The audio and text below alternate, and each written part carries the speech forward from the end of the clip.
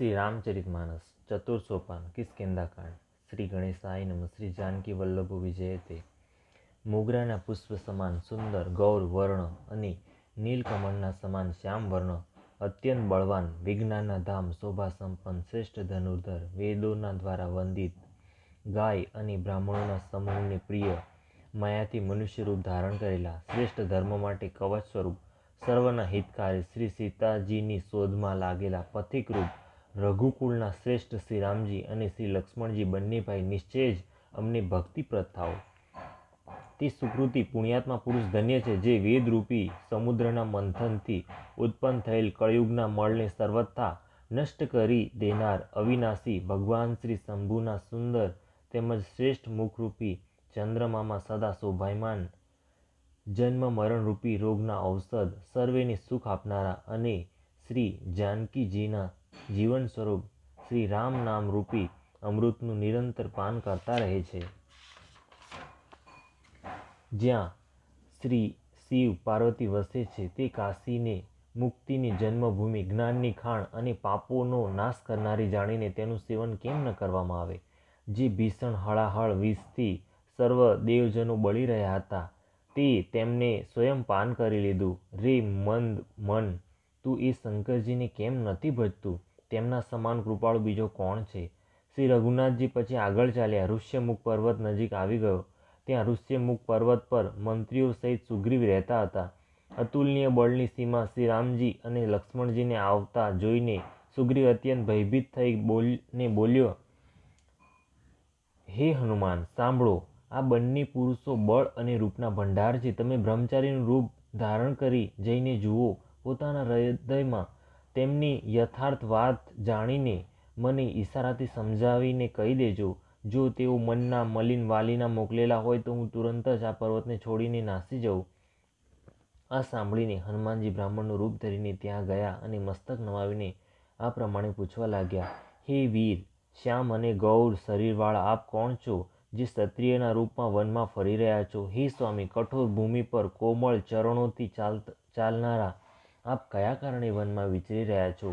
મનને હરનારા આપના સુંદર કોમળ અંગો છે અને આપ વનમાં દુસહ્ય તાપ અને વાયુ સહી રહ્યા છો. શું આપ બ્રહ્મા, વિષ્ણુ, મહેશ આ ત્રણ દેવતાઓમાંથી કોઈ છો, અથવા આપ બંને નર અને નારાયણ છો, અથવા આપ જગતના મૂળ કારણ, સમસ્ત લોકોના સ્વામી સ્વયં ભગવાન છો, જેમણે લોકોને ભવસાગરથી પાર ઉતરવા તથા પૃથ્વીનો ભાર નષ્ટ કરવા માટે મનુષ્ય રૂપે અવતાર લીધો છે?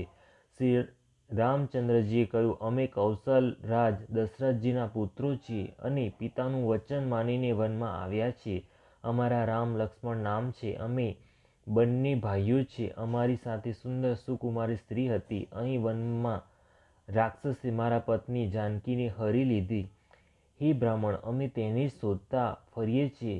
અમે તો અમારું પોતાનું ચરિત્ર કહી સંભળાયું. હવે હે બ્રાહ્મણ, પોતાની કથા સમજાવીને કહો. પ્રભુને ઓળખીને હનુમાનજી તેમના ચરણ પકડીને પૃથ્વી પર ઢળી પડ્યા. તેમને સાષ્ટાંગ દંડવત પ્રણામ કર્યા. શિવજી કહે છે, હે પાર્વતી, તે સુખનું વર્ણન કરી શકાતું નથી. શરીર પુલકિત છે, મુખમાંથી વચન નીકળતા નથી. તેઓ પ્રભુના સુંદર વેશની રચના શોભા જોઈ રહ્યા છે. પછી ધીરજ ધરીને સ્તુતિ કરી પોતાના નાથને ઓળખી લેવાથી હૃદયમાં કંઈક હર્ષ રહ્યો છે. પછી હનુમાનજીએ કહ્યું, હે સ્વામી, મેં જે પૂછ્યું તે મારું પૂછવું તો ન્યાય હતો. વર્ષો પછી આપને જોયા, તે પણ તપસ્વીના વેશમાં, અને મારી વાનરી બુદ્ધિ આથી હું તો આપને ઓળખી ન શક્યો અને પોતાની પરિસ્થિતિ પ્રમાણે મેં આપને પૂછ્યું, પરંતુ આપ મનુષ્યની જેમ કેમ પૂછી રહ્યા છો? હું તો આપની માયાને વશ ભૂલ્યો ભટકું છું. આથી જ મેં પોતાના સ્વામી આપને ઓળખ્યા નહીં. એક તો હું આમેય મંદ છું, બીજો મોહના વશમાં છું, ત્રીજું હૃદયનો કુટિલ અને અજ્ઞાની છું. તોય હે દીનબંધુ ભગવાન પ્રભુએ આપે મને વિસારી લીધો. હે નાથ, જો કે મારામાં ઘણા જ અવગુણો છે, તથાપિ સેવક સ્વામીની વિસ્મૃતિમાં પડે નહીં, એટલે કે આપની વિસ્મૃતિનો વિષય હું ન બનું, અર્થાત આપ મને ભૂલી ન જાઓ. હે નાથ, જીવ આપની માયાથી મોહિત છે, તે આપની જ કૃપાથી પાર ઉતરી શકે છે. તેમ છતાંય હે રઘુવીર, હું આપના શપથ લઈને કહું છું, હું ભજન સાધન કંઈ જાણતો નથી. સેવક સ્વામીના અને પુત્ર માતાના ભરોસે નિશ્ચિત રહે છે. પ્રભુએ સેવકનું પાલન પોષણ કરવું જ પડે છે. એમ કહીને હનુમાનજી અકળાઈને પ્રભુના ચરણોમાં ઢળી પડ્યા. તેમને પોતાનું અસલી શરીર પ્રગટ કરી દીધું. તેમના હૃદયમાં પ્રેમ છવાઈ ગયો. ત્યારે શ્રી રઘુનાથજીએ તેમને ઉઠાવીને હૃદય સાથે ચાપી દીધા અને પોતાના નેત્રોના જળથી સિંચીને શીતળ કર્યા. પછી કહ્યું, હે કપી, સાંભળો, મનમાં ગ્લાનિ કરશો નહીં. તમે મને લક્ષ્મણથી પણ બમણા પ્રિય છો. સર્વે કોઈ મને સમદર્શી કહે છે. મારા માટે ન કોઈ પ્રિય છે ન અપ્રિય, પરંતુ મને સેવક ઘણો પ્રિય છે, કારણ કે તે અનન્ય ગતિ હોય છે. મને છોડીને તેને બીજો આશ્રય હોતો નથી. અને હે હનુમાન, અનન્ય તે જ છે કે જેની આવી બુદ્ધિ ક્યારેય ટળતી નથી કે હું સેવક છું ને આ ચરાચર જડ ચેતન જગત મારા સ્વામી ભગવાનનું રૂપ છે. સ્વામીને અનુકૂળ પ્રસન્ન જોઈને પવનકુમાર હનુમાનજીના હૃદયમાં હર્ષ છવાઈ ગયો અને તેમના સઘળા દુઃખો જતા રહ્યા. તેમણે કહ્યું, હે નાથ, આ પર્વત પર વાનરરાજ સુગ્રીવ રહે છે. તે આપનો દાસ છે. હે નાથ, તેની સાથે મિત્રતા કરો અને તેને દીન જાણીને નિર્ભય કરી દો. તે સીતાજીની શોધ કરાવશે અને ચારુકોર કરોડો વાનરોને મોકલશે. આ પ્રમાણે સઘળી વાતો સમજાવીને હનુમાનજીએ શ્રીરામ લક્ષ્મણ બંને જણને પીઠ પર ચડાવી દીધા. જ્યારે સુગ્રીવે શ્રી રામચંદ્રજીને જોયા તો પોતાના જન્મને અત્યંત ધન્ય સમજ્યા. સુગ્રીવ ચરણોમાં મસ્તક નમાવીને આદર સહિત મળ્યા. શ્રી રઘુનાથજી પણ નાના ભાઈ સહિત તેમને ગળે લગાવીને ભેટ્યા. સુગ્રીવ મનમાં આ પ્રકારે વિચારી રહ્યા હતા કે હે વિધાતા, શું તેઓ મારાથી પ્રીતિ કરશે?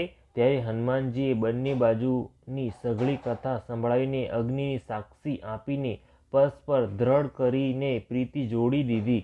અર્થાત અગ્નિની સાક્ષી આપીને પ્રતિજ્ઞાપૂર્વક તેમની મૈત્રી કરાવી. બંનેએ હૃદયથી પ્રીતિ રાખી, કંઈ પણ અંતર રાખ્યું નહીં. ત્યારે લક્ષ્મણજીએ શ્રી રામચંદ્રજીનો સઘળો ઇતિહાસ કહ્યો. સુગ્રીવે નેત્રોમાં જળ ભરીને કહ્યું, હે નાથ, મિથિલેશ કુમારી જાનકીજી મળી જશે. હું એકવાર અહીં મંત્રીઓની સાથે બેસીને કંઈક વિચાર કરી રહ્યો હતો, ત્યારે મેં પરાયા શત્રુના વશમાં પડેલ ઘણો જ વિલાપ કરતા સીતાજીને આકાશ માર્ગથી જતા જોયા હતા. અમને જોઈને તેમણે રામ રામ હા રામ પોકાર કરીને વસ્ત્ર પાડી નાખ્યું હતું. શ્રીરામજીએ તેને માંગ્યું ત્યારે સુગ્રીવે તરત જ આપી દીધું. વસ્ત્રને હૃદય લગાવીને શ્રીરામચંદ્રજીએ ઘણો શોક કર્યો. સુગ્રીવે કહ્યું, હે રઘુવીર, સાંભળો, શોક છોડી દો અને મનમાં ધીરજ રાખો. હું સર્વ પ્રકારે આપની સેવા કરીશ અને એવો ઉપાય કરીશ કે જાનકીજી આવીને આપને મળે.